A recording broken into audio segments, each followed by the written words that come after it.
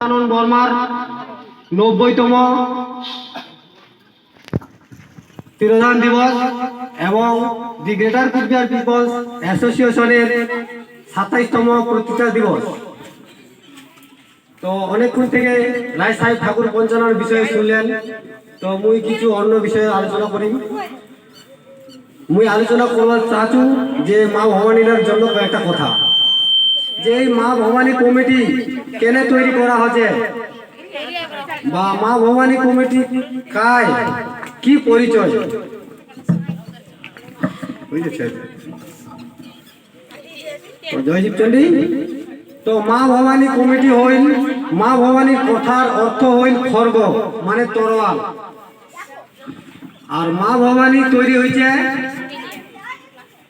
দুষ্ট দমন আর সিস্টেম পালন করার জন্য মা ভবানীর কমিটি গঠন করা হয়েছে। সত্যযুগে যখন মহারাজ ইন্দ্র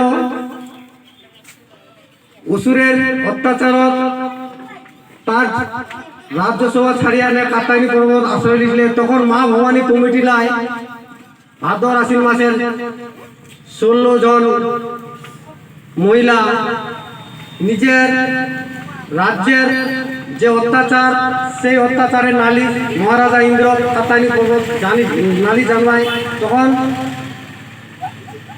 মহারাজ ইন্দ্র বাবা মা শিবচণ্ডীর যজ্ঞ বসে এবং মা ভবানীর ঘর উঠায় সমস্ত দেশের সমস্ত দুষ্ট দমন করিছে। ফের পুনরায় মহারাজ তার নিজের আসনত বসাইছে, সেই জন্য মা ভবানী কমিটি গঠন হয়েছে। তো হামা যদি কায় নিজের পরিচয় যদি আমরা জানবা চাই, তাহলে হামা জানা খাবে সৃষ্টির রহস্য। মানব সভ্যতার প্রথম মানব বিষ্ণু, আর এক সৃষ্টি করেছে শিব আর চণ্ডী। শিব মানে পাথর বা মাটি, আর চণ্ডী হল হাওয়া বা জল। এই দুইজনে মিলিয়া সর্বপ্রথমে মানব রূপে জন্মগ্রহণ দিছে বিষ্ণু। বিষ্ণু আর বংশ বিস্তারের জন্য তার নাভি থেকে জন্ম দিছে ব্রহ্মা, এবং পায়ের তলা থেকে জন্ম দিছে মহেশ্বর, আর পুরী সঙ্গ দিয়া জন্ম দিছে নারায়ণ, আর মলদা থেকে জন্ম দিছে কীট পতঙ্গ পশু পাখি। ব্রহ্মা মানে ব্রাহ্মণ, মহেশ্বর মানে শূদ্র, আর নারায়ণ মানে ক্ষত্রিয়। আর হামা হচ্ছি নারায়ণ, আমার নারায়ণের বংশধর।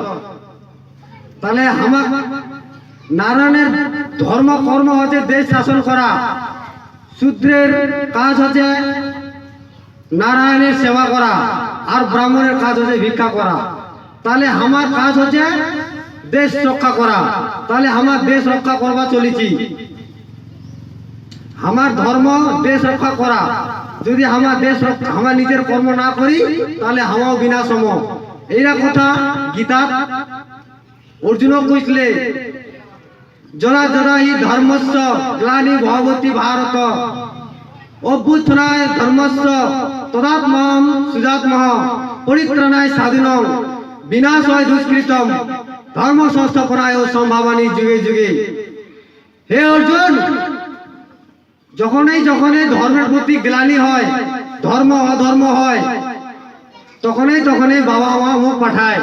আর মুই যাই নিজ ধর্ম পালন করে না, তাকে মুই বিনাশ করছু। যে ক্ষত্রিয় তার ধর্ম পালন করবি তাকে মুই বিনাশ করি, আর যে ব্রাহ্মণ তার নিজ ধর্ম পালন করবি তাকেও মুই বিনাশ করি, আর যে শূদ্র তার নিজ ধর্ম পালন করবি তাকেও মুই বিনাশ করি, আর সাধু রক্ষা করি।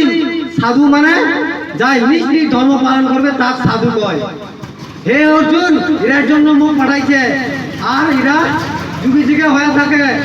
হে অর্জুন, তুই ক্ষত্রিয় হয়, তোর কাজ হচ্ছে দেশ রক্ষা করা। এই ভিক্ষা করা খাচ্ছিস, এটা তোর কাজ নয়। সেহেতু তোর ধর্ম পালন কর, না হলে তোকে বিনাশ করি। তো হে মহান বৃহত্তর কুচবিহারবাসী, আমার মনত রাখবো, আমার কিন্তু মানব সভ্যতার শ্রেষ্ঠ মানব, আমার বীর বীরাঙ্গনার বংশধর, আমার পূর্বপুরুষ পুরা ভারতবর্ষ স্বাধীন দিছে, এই কথাটা আমার মানুষ কিন্তু জানে না। 1939 সালে দ্বিতীয় বিশ্বযুদ্ধ শুরু হলে ভারতবর্ষ হাহাকার অহংকার নাচি যায়। তখন ব্রিটিশ আমার মহারাজার কাছে আসিয়া অনুরোধ কয়, আমার ক্ষমতা অস্থির হয়ে গেছে, তোমার মহারাজ আমার সাথত দ, নাহলে আমার বিরোধের মুখত আছি। তখন ব্রিটিশের কথায় আমার মহারাজ তৎকালীন জগদীপেন্দ্র নারায়ণ বাহাদুর তার কথা সাড়া দেয় এবং যুদ্ধ অংশগ্রহণ করে। মহারাজার বই নীলাদেবী দ্বিতীয় বিশ্বযুদ্ধের যে যুদ্ধ হয় তখন জাহাজের একটা পাইলট হিসাবে অংশগ্রহণ করে। তার ভাই কুমার ইন্দ্রজিৎ ওই সমস্ত নারায়ণ সেনার ব্রিগেডিয়ার হিসাবে কাজ করেছিলেন। যখন আমার নারায়ণ সেনা প্রবেশ করে যুদ্ধ প্রবেশ করার সাথে সাথে শত্রুপক্ষ আতঙ্কি হয়ে পড়েছে। যুদ্ধ কমা গেলে খাবার লাগে, তো সেই খাবারটা যখন শত্রুপক্ষ খায় কলেরা ডায়রিয়া হয়, ওই মরিছে। আর জেলা জাহাজ যুদ্ধের জন্য শত্রুপক্ষ তৈরি করেছে, যাই জেলা জাহাজ আকাশত ছিল আকাশতের বাস হয়েছে, আর জেলা নিচত ছিল ওগুলা উড়িবারে পাই নাই। কারণ আমার ক্ষত্রিয় বংশের লোক, আমার দেব বংশের লোক আমার সঙ্গে অলৌকিক শক্তি প্রবেশ করেছিল, সেই জন্য এই ঘটনা ঘটেছে। যখন আমার শত্রুপক্ষ দমন করার সাথে সাথে জয় করে দিল, তখন ব্রিটিশ আমার কথা মহারাজের কথা রাখবার জন্য আটলান্টিক সনদ একটা বিল আনে। সেই বিলত 26টা দেশ সই করে আনে। ব্রিটিশ ওরে ঘোষণা করে দিছে, আজি তোকা আমার কোন রাজ্য দখল করিব না, আর জেলা জেলা রাজ্য আমার দখল করেছি ওগুলা আজি তোকা স্বাধীন দিন। এইভাবে ভারতবর্ষ স্বাধীন হয়েছে। কিন্তু এই কথা